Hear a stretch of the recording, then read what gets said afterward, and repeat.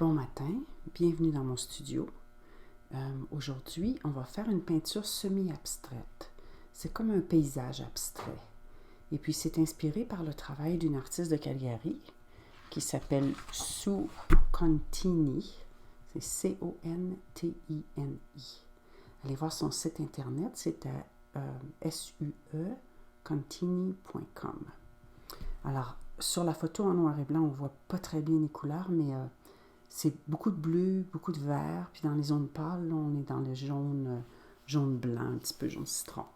C'est très, très réjouissant. Puis je me suis dit que ce serait un plaisir de s'amuser avec un sujet un petit peu plus abstrait aujourd'hui. On a une palette assez remplie aujourd'hui, justement parce que dans l'abstrait, on est vraiment dans le jeu des couleurs. Alors, on a du blanc, bleu ultramarin, bleu de Tallow, du noir, du vert oxyde, du vert sap, rouge crimson, on va s'en servir pour faire du mauve avec notre bleu, Raw pour adoucir un petit peu nos jaunes et le jaune cadmium. Alors, pour les pinceaux, j'ai mes 3 pinceaux habituels, 1 pouce, 3/8 ou 1/4, c'est comme vous voulez, puis un pinceau avec une petite pointe fine si on veut ajouter des détails à la fin. On ne se cassera pas trop la tête, on va y aller vraiment de façon douce et pas trop stressée aujourd'hui, là, parce qu'on est dans l'abstrait. Donc, il n'y a pas vraiment de règles. On n'est pas en train d'essayer de faire quelque chose de réaliste. Si vous prenez l'image que je vous ai mise au début du vidéo puis que vous l'imprimez en couleur, vous allez avoir une meilleure idée de où on s'en va avec ça. Moi, j'y vais avec le noir et blanc quand même parce que je la connais assez bien, l'image. Puis, je vais vous montrer comment répartir les couleurs. On va commencer par ces 2 zones-là qui sont dans le sap vert, le vert sap, qui est celui-là ici. Alors, notre vert sap, il y a une petite tendance vers la transparence. On met un petit peu de blanc, puis un petit peu de jaune pour le rendre un petit peu moins transparent, puis le pâlir un petit peu.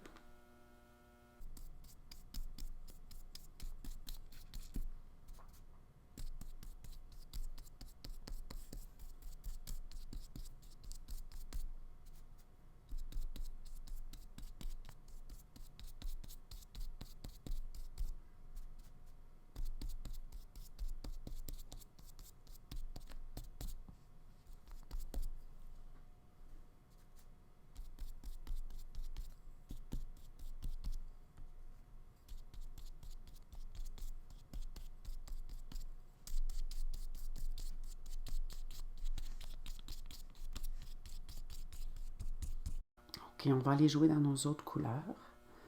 On a une autre tonalité de vert. Idéalement, on aurait pris peut-être un vert différent.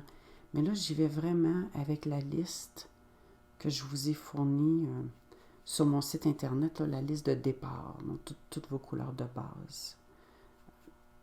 Si vous voulez vous amuser à acheter d'autres couleurs, allez-y, hein, gênez-vous pas.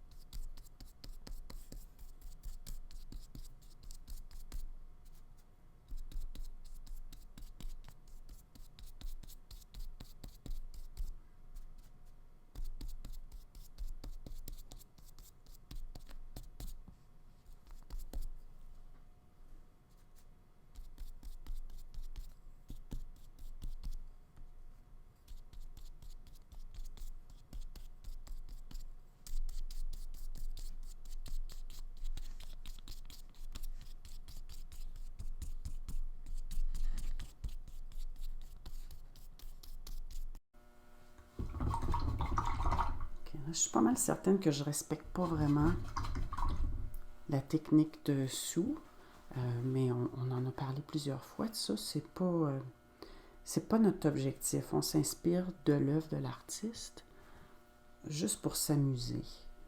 On n'est pas là pour reproduire exactement ce qu'on voit. On est là pour... C'est comme un point de départ, puis ça nous donne un petit peu de liberté en ce sens qu'on ne se sent pas perdu dès le départ. C'est facile de se perdre dans une toile quand on n'a pas un plan de départ, surtout quand on commence à peindre.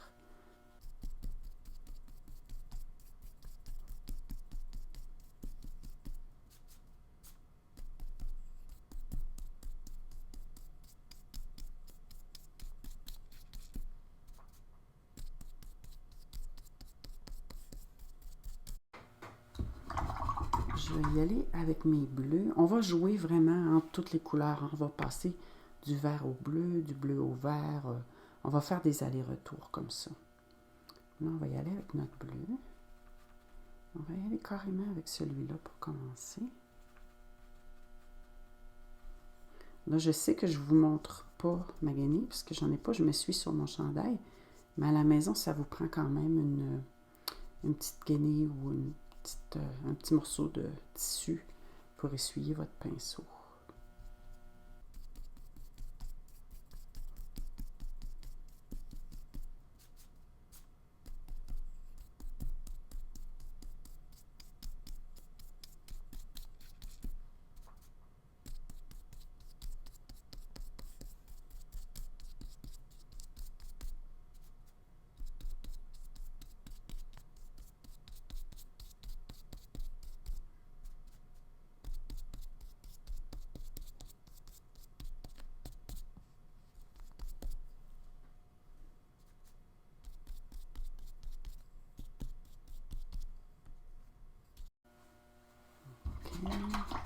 Je vais y aller dans un bleu. Ici, idéalement, on aurait un bleu qui s'appelle un bleu cobalt. Mais comme je ne vous l'ai pas mis sur la liste de couleurs essentielles, je vous l'ai mis, je crois, sur la liste secondaire. Mais je ne l'ai pas mis dans la liste de couleurs essentielles. Donc, on va se fabriquer un bleu qui est comme une version à peu près du bleu cobalt. C'est pas parfait, mais ça va suffire pour aujourd'hui.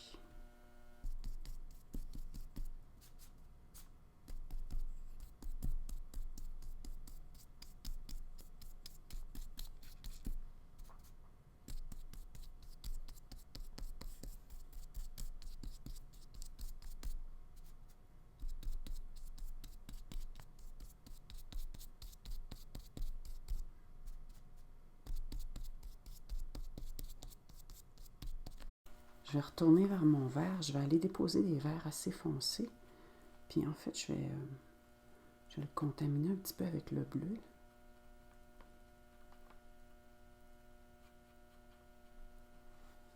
Puis je vais y aller là, comme je le vois sur sa peinture, mais aléatoire évidemment. On n'est pas dans la précision.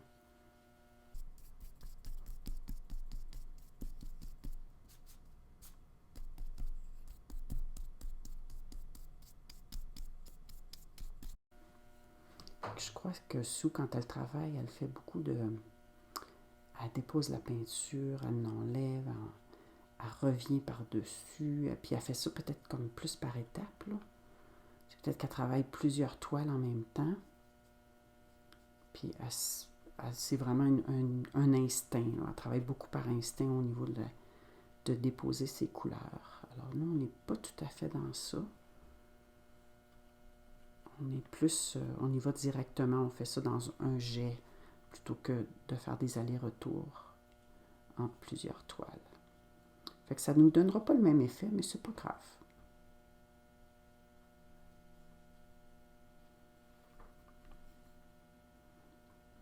Elle a des petits effets de ligne aussi que je trouve super intéressants. C'est comme si ça suggérait qu'il y a des feuilles. Alors, on va y aller carrément avec ça.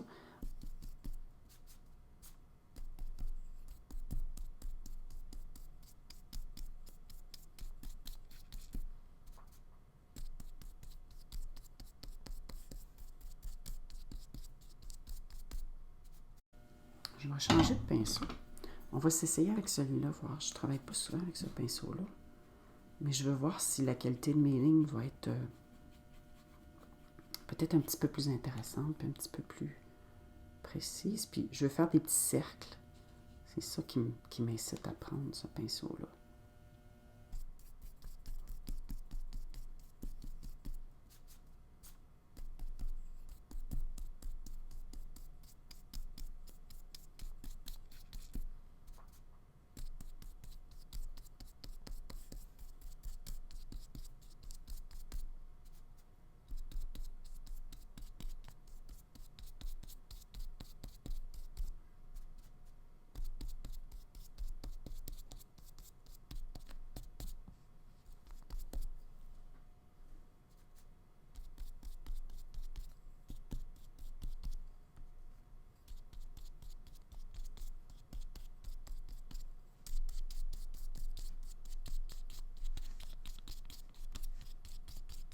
Je vais piger dans mon noir.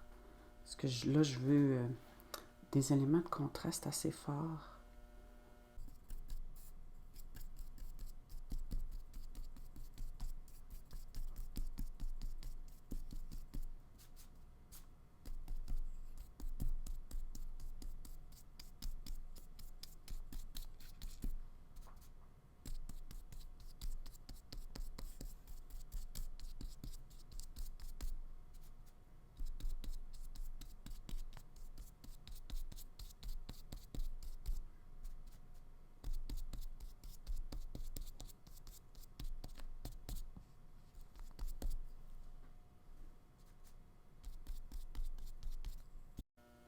OK, là, je vais commencer à me détacher un petit peu du modèle pour... on a établi une base, mais on n'a pas encore un équilibre qui a de l'allure. Alors, à ce moment-ci, là, moi, j'arrête pas mal de regarder mon modèle, puis j'essaye de vraiment me concentrer sur ce qui se passe sur ma propre palette. Alors, sur ma propre peinture, puis je vais essayer de travailler avec un équilibre qui me convient à moi sur ce que j'ai créé. Alors, à la maison, vous faites la même chose. Vous abandonnez un petit peu le suivi du modèle et puis vous regardez où vous en êtes avec votre toile. Je vais changer de broche à nouveau, mais je vais y aller avec un quart de pouce ou 3/8. Vous regardez plus où vous en êtes avec votre propre création, puis vous venez faire des ajustements qui font du sens par rapport avec ce que vous avez déjà établi.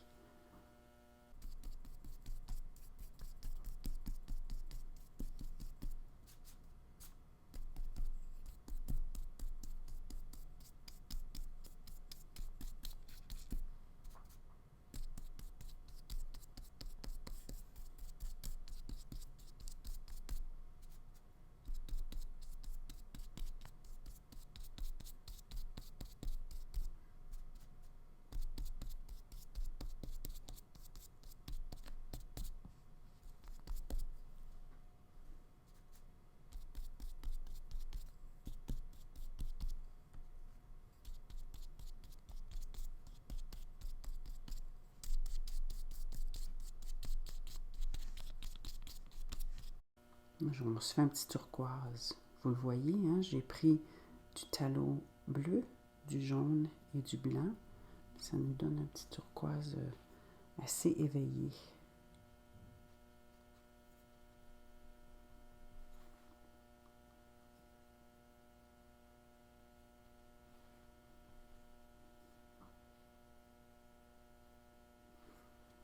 Là, on vient rajouter de la lumière. On a beaucoup fait de foncé.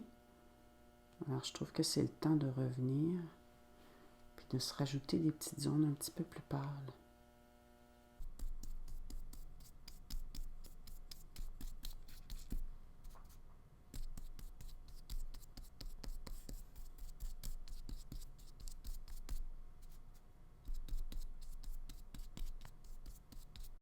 Alors, comme toutes les toiles qu'on fait, quand on s'approche de la fin, on doit venir redéposer nos couleurs foncées, s'assurer qu'on a un bel équilibre entre tout ce qui est foncé et tout ce qui est pâle. Alors souvent, là, on a tendance à être un petit peu... au niveau de la tonalité, on met toutes les choses dans la même tonalité. C'est comme un instinct qui est difficile à dépasser. Donc, à la fin, c'est une bonne idée de venir pousser toutes vos couleurs foncées, là, venir les exagérer, puis venir pousser toutes vos couleurs pâles.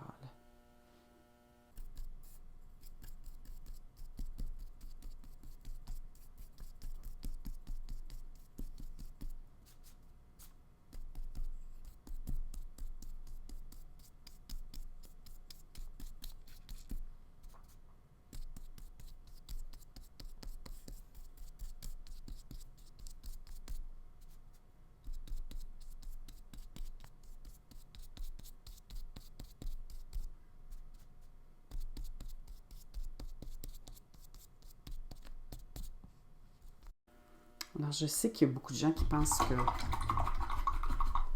faire de l'abstrait, c'est facile. Là, je suis sûre là, que vous me suivez, dans cette vidéo-là, puis que vous vous dites à la maison, OK, c'est pas si facile que ça. Faire de l'abstrait, c'est pas facile. C'est très facile de faire du mauvais abstrait. Mais de faire un abstrait qui vient vous chercher, là, puis que vous sentez vraiment un bel équilibre, ça, c'est assez difficile. Et puis Sue, elle est très, très compétente dans ça.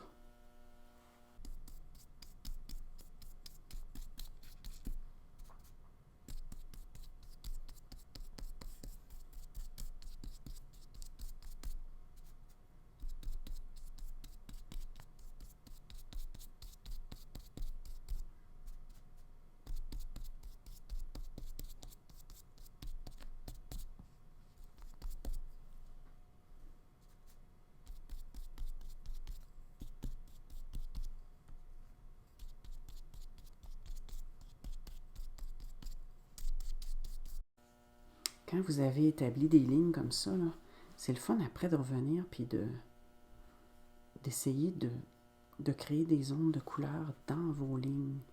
Ça vient comme renforcer les décisions que vous avez prises. Ça donne l'illusion qu'ils sont vraiment intentionnelles.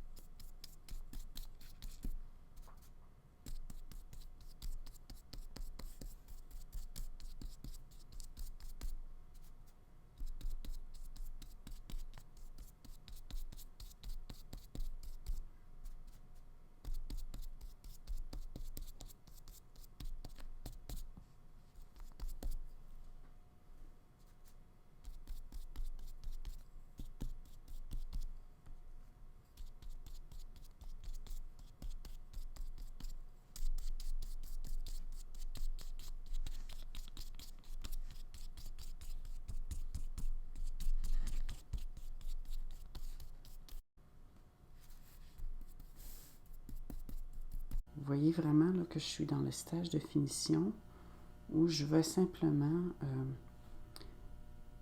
je joue dans mes couleurs, je me promène d'une couleur à l'autre, puis je viens soit éveiller ou atténuer certaines zones que je trouve qui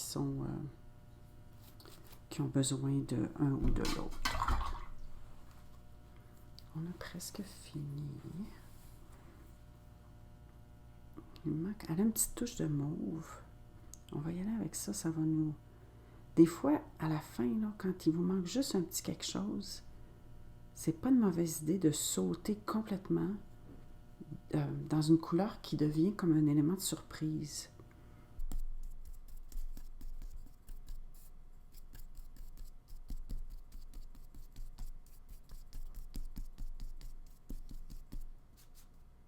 Si vous avez du violet dans vos tubes à la maison, utilisez-le.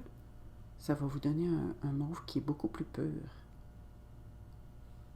Et là, moi, évidemment, j'essaie de m'en tenir à la liste que je vous donne pour pas que vous vous perdiez.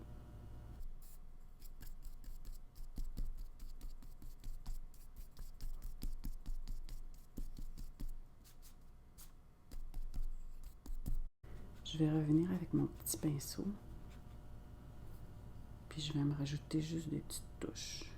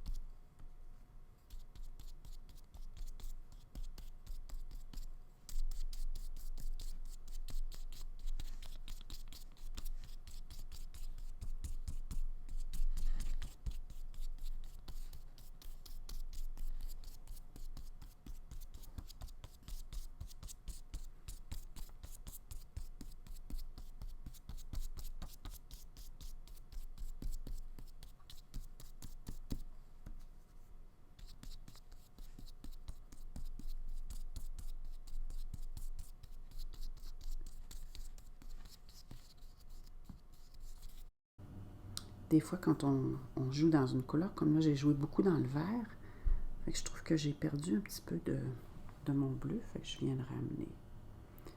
Mais je dis beaucoup le mot jouer parce que l'abstrait, c'est un petit peu ça. Hein?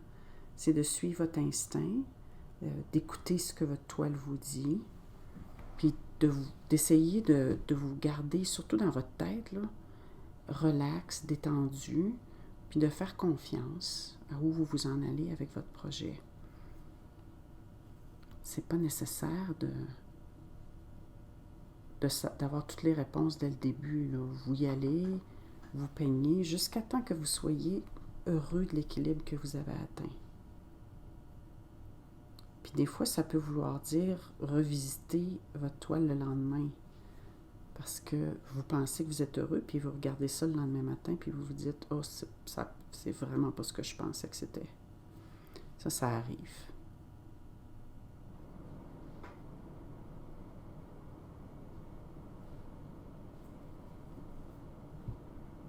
C'est pas si mal, hein? On s'en vient. Là, évidemment, on se demande tout le temps quand est-ce que je m'arrête. Ben, vous vous arrêtez quand vous sentez que vous ne savez plus quelle décision prendre. C'est tout à fait possible, par contre, d'en faire trop. Ça arrive. Puis, c'est pas grave, on se pardonne quand on en fait trop, hein.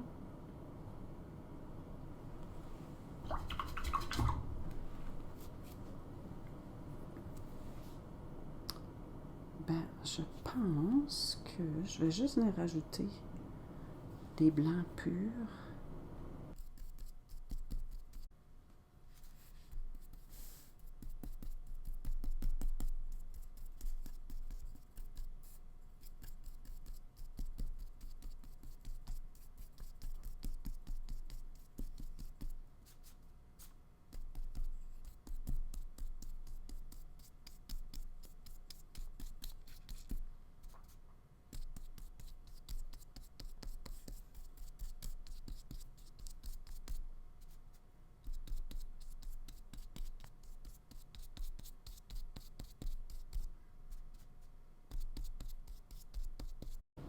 Je viens faire pas tout à fait des lignes de contour, mais pas loin.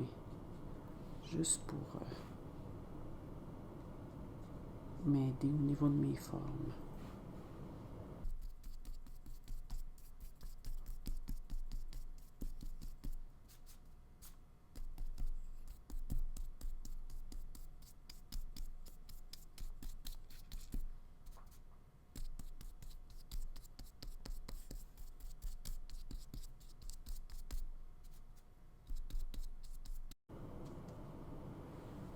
Moi, je m'arrête ici, je suis assez satisfaite. Alors, on va le laisser sécher, puis on va enlever le ruban, puis je vais vous montrer de quoi ça a l'air. OK, c'est assez sec pour enlever le ruban. Alors, je vais tasser ma palette. On va tasser ça. ruban. Si vous avez utilisé un canevas ou un panneau de bois, vous n'avez pas de ruban à enlever. J'aime toujours ça, cette partie-là.